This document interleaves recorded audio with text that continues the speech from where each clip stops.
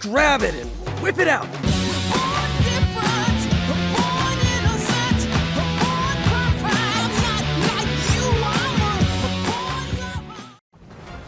Alright, I'm a cactuar now. Justin doesn't know that I'm a cactuar. He'll find out when we get to the edit. That'll be a nice surprise for him. Anyway, it's quite fitting because we are talking about Final Fantasy VII, we're talking about narrative subversion, and we're talking about false advertising. So sit back, shut your mouth, enjoy this video, and then fuck off. Time to polish the old orbs.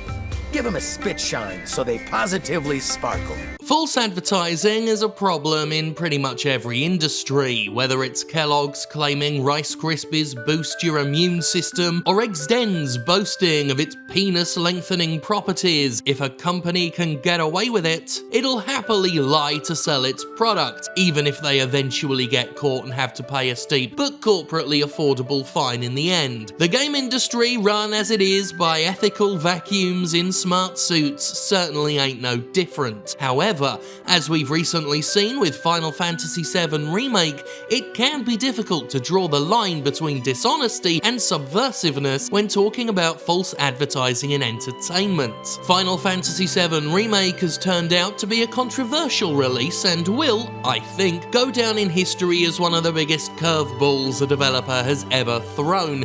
Despite fans eagerly awaiting a faithful retelling of the original Final Fantasy VII, what they got was something different.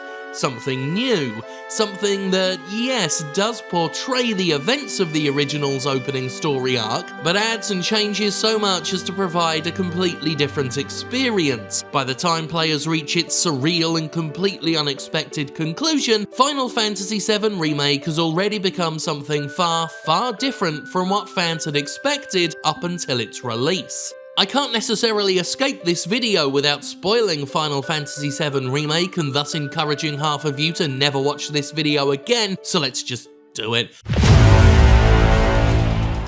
Final Fantasy VII Remake adds a bunch of shit that builds towards an entirely new ending in which Cloud and pals defeat the wobbly arbiter of fate itself to change the events of Final Fantasy VII going forward, thus establishing that Final Fantasy VII is not being faithfully remade, but is in fact being retold and rewritten.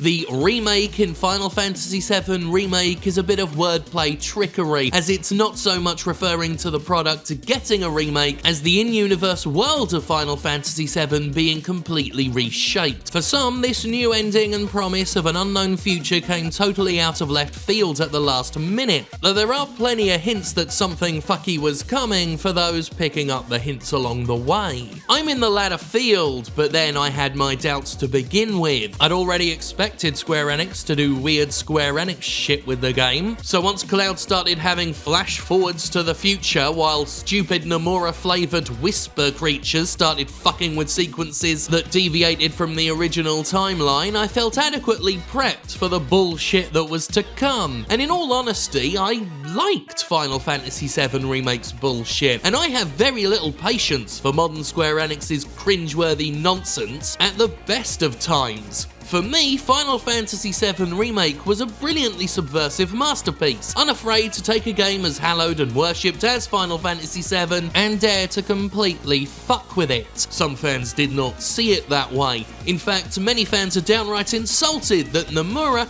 a man I feel we could aptly describe as absurdly self-indulgent, inflicted his outlandish brand of Kingdom Hearts gibberish on one of the most beloved games of all time, arrogantly seizing an RPG classic and smearing his grubby chocolate-stained fingers all over it. More importantly than that, many have accused Square Enix of false advertising in the aftermath, claiming the developer marketed this as a full-on remake to be released in multiple parts. They did not expect Final Fantasy VII Remake to be one long narrative justification for Tetsuya Nomura to do whatever he liked with Final Fantasy VII. So what's the difference? What is the difference between false advertising and a clever narrative subversion? Well, there's Only one, if indeed there is a debate. The difference is whether or not you liked it. One of the all-great narrative subversions in film, of course, is From Dusk Till Dawn, a thriller about two fugitive brothers on the run that turns into a vampire movie at the end, because why not? I mean, if you're gonna have Danny Trejo as a vampire, and Tom Savini with a gun for a dick and he turns into a werewolf, and then Salma Hayek does drink down her leg and Quentin Tarantino sucks it off her foot, because of course he does. I mean,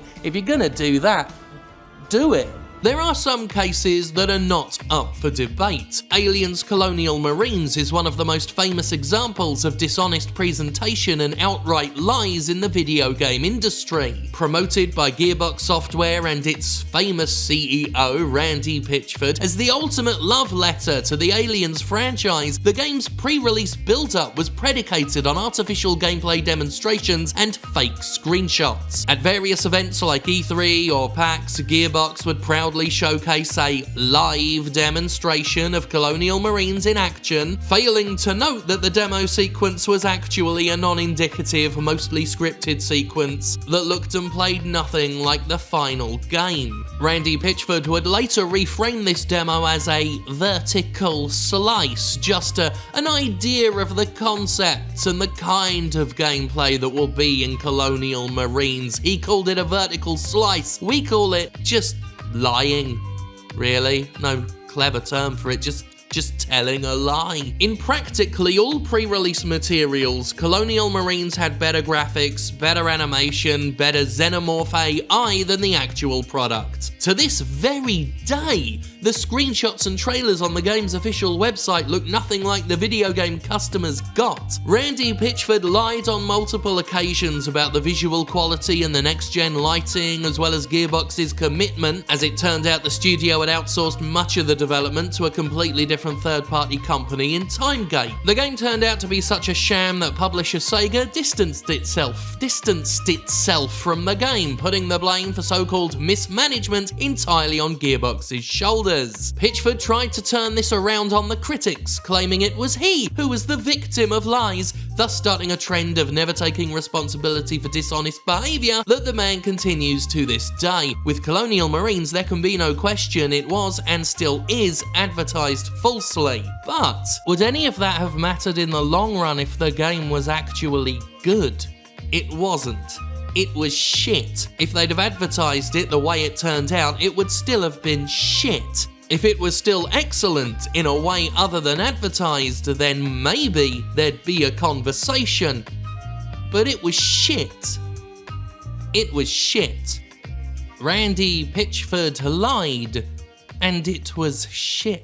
Another more clear-cut case is, of course, No Man's Sky. The original No Man's Sky was indeed promoted with a lot of false information, some of which developer Hello Games couldn't have not known was false, given how close to release the game was when some of that information was distributed. Director Sean Murray had, on multiple occasions, stated very clearly untrue things about No Man's Sky's contents, pretty much saying yes when asked about anything, whether or not the answer should actually have been no. This very show famously demonstrated the string of mistruths in an old episode, demonstrating beyond a shadow of a doubt, no matter how many pundits tried to pretend there was doubt, that Hello Games talked some bullshit when promoting No Man's Sky. But some pundits had indeed tried to introduce an element of doubt, and indeed, there were a lot of players who defended No Man's Sky, who thought that it didn't matter that Sean Murray and Hello Games chatted some shit beforehand because they liked the final product. Thus adding to that question I brought up, does it matter if a game's falsely advertised if people like it? To the people who enjoyed No Man's Sky at launch, it didn't. In fact, it didn't matter so much that when I called the game mediocre, my website was DDoS'd. And in the time between now and then, Hello Games has done a radical amount of work on the game. It is a lot closer to the promised product. And as a result, the gaming public has largely forgiven them. Now, things change in development. We understand this. Things don't always turn out the way one hoped. Scenes and events and whole gameplay sequences that even make it into marketing materials might not survive to the end, either due to resources and narrative conflict, new gameplay ideas changing how sequences work, focus testing fucking it all up, or the director straight up changing their mind. One example I remember well, because it was brought up in the wake of Alien's Colonial Marines at the time, is BioShock Infinite. Few people jumped down Gearbox's throat as viciously as I, a huge fan of Aliens who had been looking forward to Colonial Marines more than anyone, and who had conducted an interview with Randy Pitchford at a preview event where the man spat lies into my fucking face. But as I tore into the company's outrageous con, some commenters at the time asked me how I felt about the false advertising that preceded BioShock Infinite's release. Now, it's fashionable these days to say BioShock Infinite is shit. There is in fact a subculture of games criticism that holds it up as a shining example of an overrated game that isn't actually very good, and will shame others for liking it, but you know what? I still fucking dig it. I still enjoy it a lot, and we can pretend otherwise, but it was a critical darling at the time, and a lot of people thought it was great. It also shared pre-release footage that didn't reflect the look and feel of the released work. This famous 15-minute demo footage shows a darker, moodier, perhaps more traditionally BioShocky atmosphere than Infinite finally offered. There's a lot more active conflict in this game, and of course there's that scene where Elizabeth attempts to resurrect a horse, something we never saw in the finished release. Now, like I said, things change. The demo footage was released in 2011, and BioShock Infinite wouldn't launch until 2013. In that time, things often radically change. There are still those who wished we'd gotten the BioShock Infinite first demonstrated, and there are those who believe I should be just as offended at Infinite as I was at Colonial Marines. But at the very least, we got more reflective screenshots and trailers as time went on, and more importantly, people liked BioShock Infinite. They didn't like Colonial Marines. BioShock Infinite was ultimately still a good video game that earned a ton of praise. Colonial Marines was shit. Randy Pitchford lied, and then it was shit. So I said this in a video I've already done, which is a specific critique of Final Fantasy VII Remake. But the opening act of Final Fantasy VII Remake is comparable, in my opinion, to the tanker mission from Metal Gear Solid 2 Sons of Liberty. Both of these gameplay sequences, incidentally, were available to play as demos prior to each game's launch, and each one gives you a perhaps misleading sense of the traditional. In Final Fantasy VII Remake, you get a pretty faithful retelling of the first bombing mission in Final Fantasy VII. In Metal Gear Solid 2's opening sequence, the tanker mission, you are playing Solid Snake, blissfully unaware, if it's your first time playing, that you will soon be stepping into the shoes of Raiden, a character that a lot of people at the time fucking hated. Of course, looking back, many people think now that that was a brilliant subversion, or at the least a good bit of cheeky trolling from Hideo Kojima. I have a feeling once the dust has settled and the nerves aren't so raw, people will look back on Final Fantasy VII Remake and see it the same way. If you're gonna falsely advertise, even accidentally, then you sure as shit better make sure the final product is actually quality. In fact, the quality of the product can make the difference between a liar and a genius, because the difference between false advertising and clever subversion is what I said it is. It all comes down to whether or not you liked it. And I do indeed like myself some narrative subversion, provided it's not done arbitrarily, which is why I liked Star Wars The Last Jedi so much and found Rise of the Skywalker such a pathetic, cowardly bit of corporate revisionism. The Last Jedi is hated by a huge part of the Star Wars community, and split critics among those who thought it was a bold shaking up of an overly traditional franchise, and those who felt it was subversion for subversion's sake. But for me personally, the scene where Kylo Ren tells Rey that her parents were total nobodies that sold her for beer money is one of the best stunts a Star Wars film ever tried to pull. I hate the concept of fate and destiny in most stories, as they render the stakes meaningless to me. If it's all fated, then why fucking bother getting invested? Protagonists robbed of agency aren't very compelling protagonists to me, and The Last Jedi's overall message was that fate is bullshit and that you can forge your own path. enough. For some, the revelation that Rey had unremarkable parents was inconceivable. She has to be a Skywalker or a Kenobi or have some other pre-established character relation like everybody else, because for all its size, the Star Wars galaxy is actually fucking tiny. Everyone's related to old shit we've already seen. All the bounty hunters have grudges with Han Solo. All the badasses have met Darth Vader. The overall message of The Last Jedi is not that things don't mean anything, but that they don't have to mean something to be important.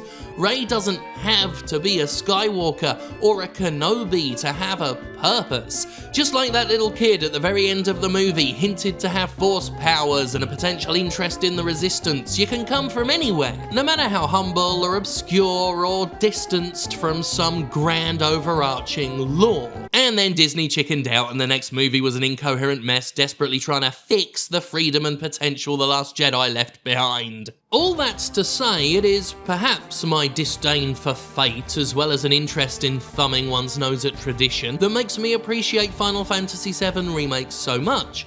Just like The Last Jedi, Remake is all about taking a big soft dump on the notion of destiny and predetermination. It's about asking if something is actually set in stone, or if we just built stone around it and said it was stuck there. I like that kind of thing, but if you don't, it's hard not to feel shortchanged, and I'm completely sympathetic to that, especially because Square Enix didn't really warn anybody in advance that this remake wasn't a true remake in the expected sense. Is that false advertising?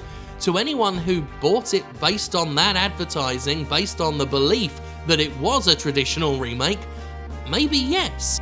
There is a potential case to be made that Square Enix should have given more advance warning. But would that not have completely ruined the impact of Final Fantasy VII Remake's revelation? The fact it got through years of development, months of pre-launch marketing, and made it to launch without its subversiveness fully exposed is nothing short of remarkable in today's overexposed world of data leaks and social media sharing.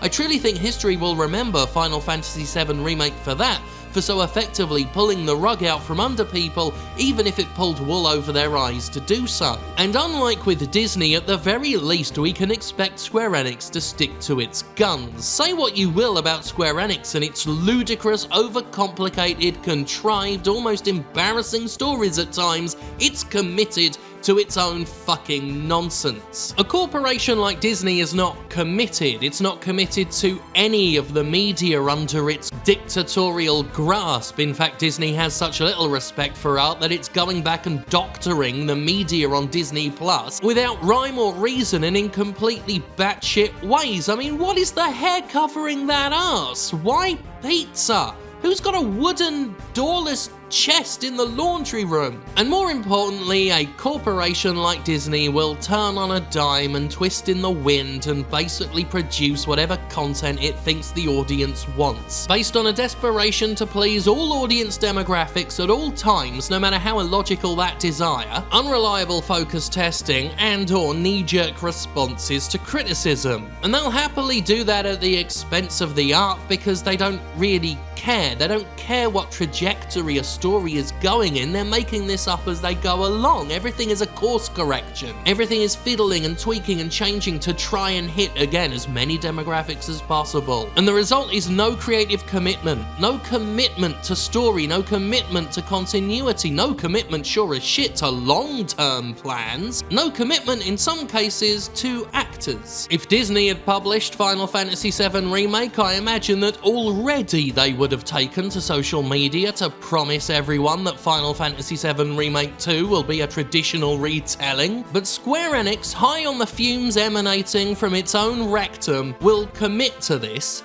Tetsuya Nomura and his team will commit to the complete fucking shit show that is to come. And it might be a good shit show. The first one is. I liked it. I really hope that the next one is good. I mean, Square Enix has now opened the door to injecting Final Fantasy VII with as much Kingdom Hearts bollocks as possible. But fingers crossed, and either way, Square Enix is committed. I don't like Square Enix's business practices. Half the time, I don't even like its writing in its games. But I can trust that they care. about whatever it is that they're doing, and that they won't cave to pressure to change it, because if they were liable to do that, they'd have done it years ago. Tetsuya fucking baffling Nomura's continued employment is proof positive that Square Enix isn't going to change just because fanboys told them to. For better or for worse, that's at least better than Disney. Sorry, what were we talking about again? Being creative, truly creative, is often a risky endeavour. One of my favourite examples of a big creative risk is in fact another Square Enix published game, Nier Automata. Now that's a game that doesn't really show its true colours until you've played it more than once. More than twice in fact. And that's a big time investment that not everybody should be expected to sink in. Some people will play Nier Automata once and really not see what the big deal is. They may enjoy it, they may not see why everyone loves it the way they do. But that's a risk that director Yoko Taro and his team had to have known. That not everyone who played Nier Automata would give it the chance it needed to show its true colours, and Square Enix let them do that. Despite the odds, and I do think the odds were against it, Nier Automata sold very strongly enough for Square Enix to consider a franchise going forward, and it has of course become critically acclaimed. That is due in no small part to the subversive nature of the storyline, the fact that Nier Automata changes as you play it, becomes in some ways a completely different product from how it started out. And that's a risk, that's a massive risk creatively and financially, something a lot of companies would not want to bite off on. And I never thought I'd be the one to go to bat for Square Enix's bullshit if I'm being perfectly honest with you, but here we are. Though of course if all this Subversion does turn out in the end to just be an excuse to rescue Aerith, then, you know, I may very well change my tune. Until then, you can thank God for me. I'm a cactuar now. Bye.